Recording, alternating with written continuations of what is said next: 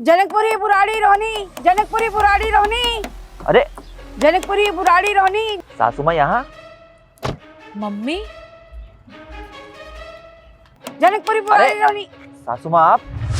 सासू माँ आप अपना चेहरा क्यों छुपा रही है हमें देखकर? हाँ माँ, ये आप अपना चेहरा क्यों छुपा रही हैं? देखिए माँ, ये चेहरा छुपाने से ना कोई फायदा नहीं है। मैंने आपको पहचान लिया है। बेटा तुम यहाँ क्या कर रही हो? आप हमारी छोड़िए, आप अपनी बताइए। आप यहाँ पे क्या कर रही हैं? बस के लिए सवारी इकट्ठा कर रही हैं? आखिर बात क्या है?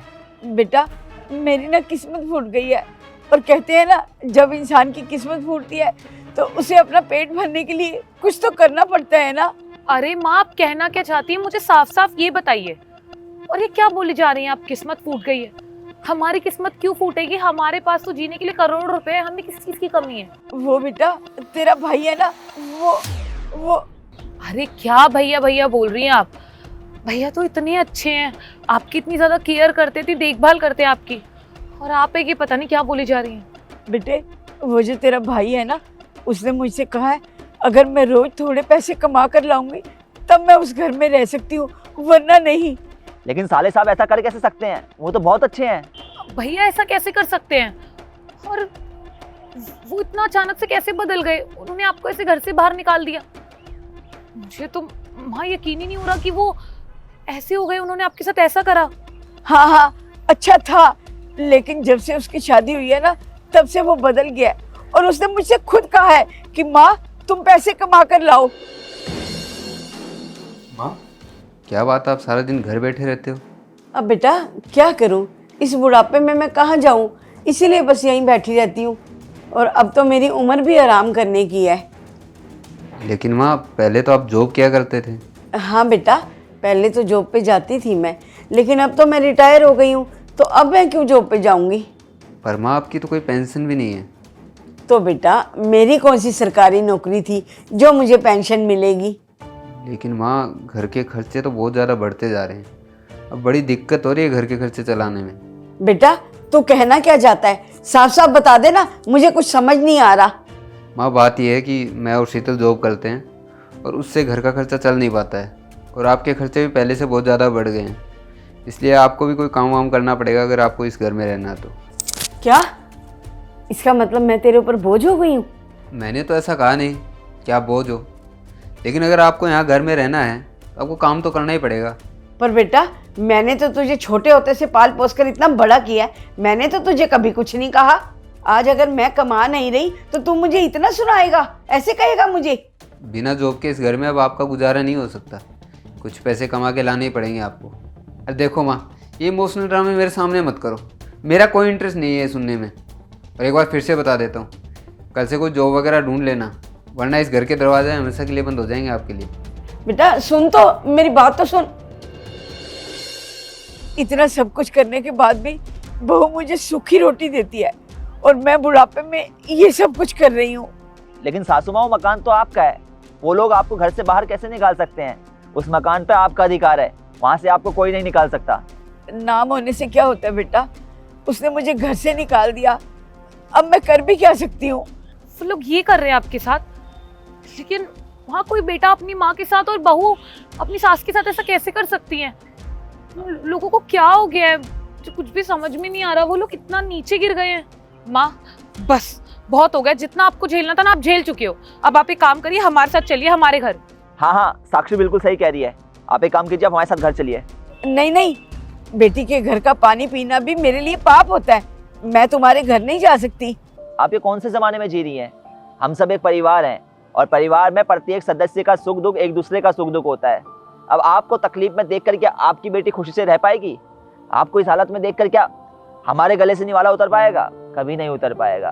देखिए, हमें भी अपने फर्ज निभाने दीजिए, आप चलिए हमारे साथ, आप हमारी भी कुछ लगती हैं। और वैसे भी माँ बेटी का रिश्ता तो बड़ा ही पवित्र रिश्ता होता है, माँ और बेटी की एक दूसरे में जान बसती है। एक बेटी से उसका हक तो प्लीज मत छीनिए आप। पर बेटा परवर कुछ नहीं, अगर आप हमें अपना मानती है तो आप हमारे साथ चलेंगी, अगर नहीं मानती हैं तो ठीक है, आज से हम भी आपसे नहीं मिलेंगे और हमारा रिश्ता खत्म। ठीक है बेटा, मैं चलूंगी तुम्हारे साथ। तो चलिए, आइए आप।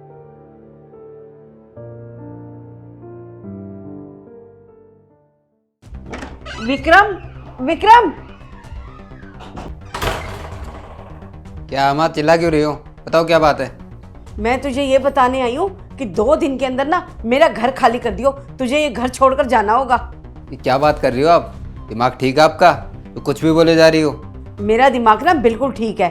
2 दिन के अंदर तुझे ये मकान खाली करना है, और 2 दिन का टाइम भी ना मैं तुझे सिर्फ इसलिए दे रही हूँ कि तू मेरा बेटा है, वरना मैं तुझे ना 1 दिन का टाइम भी ना देती। मैं तो नहीं करूँगा ये घर खाली। देखता हूँ कौन खाली करवाता है मुझसे ये घर। अच्छा, तो तू ये घर खाली नहीं करेगा? मैंने भी ठान लिया है कि मैं अपना घर खाली करवा के रहूंगी। साक्षी, दामाद जी।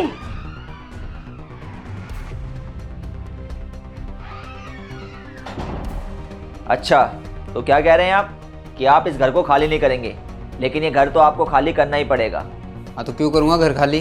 मैं बेटा हूँ इनका, और बेटे के नाम ही होती है सारी प्रॉपर्टी। अपने आप को तू मेरा बेटा कह रहा है? प्रॉपर्टी की बात आई तो तुझे याद आ गया कि तू मेरा बेटा है, और भूल गया वो सब कि तूने मुझे कैसे दर दर की ठोकरें खिलवाई हैं।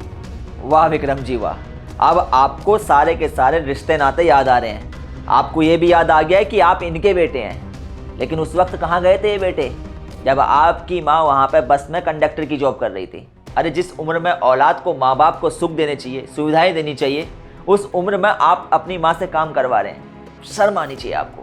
जिस माँ ने आपको पूरी उम्र भर पाला, आपकी हर छोटी बड़ी चीज़ का ख्याल रखा, आपको कोई दुख तकलीफ नहीं आने दी, हर दुख तकलीफ को खुद पहले सहा, उस माँ के साथ आप ऐसा व्यवहार कर रहे हैं और आप कहते हैं कि आप उनके बेटे हैं। अरे बेटे का फ़र्ज़ तो ये होता है कि वो माँ बाप को सुख दे, खुशियाँ दे, ना कि माँ बाप से इस उम्र में काम करवाए। और वैसे भी कहते हैं ना कि माँ बाप का पैसा नहीं बल्कि माँ बाप का तो आशीर्वाद ही काफ़ी होता है। लेकिन विक्रम जी आप नहीं समझेंगे, क्योंकि आपने कभी अपनी माँ की इज्जत ही नहीं की। अगर आपने अपनी माँ की इज्जत की होती ना, तो मैं दावे के साथ ये बात कह सकता हूँ कि आप अपनी माँ को इस उम्र में कभी बाहर काम करने ही नहीं देते। अरे जिस माँ ने आपको छोटी सी तकलीफ भी ना आने दी, उस माँ को आपने इतनी सारी तकलीफें दी। और वैसे भी कौन सी औलाद माँ बाप का दिल दुखाकर खुश हो सकती है? आपने अपनी माँ का दिल दुखाया है, उनसे ऊंची आवाज़ में बात करी है, उनसे इस उम्र में काम करवाया है। इसलिए आपको सज़ा मिलनी तो ज़रूरी है।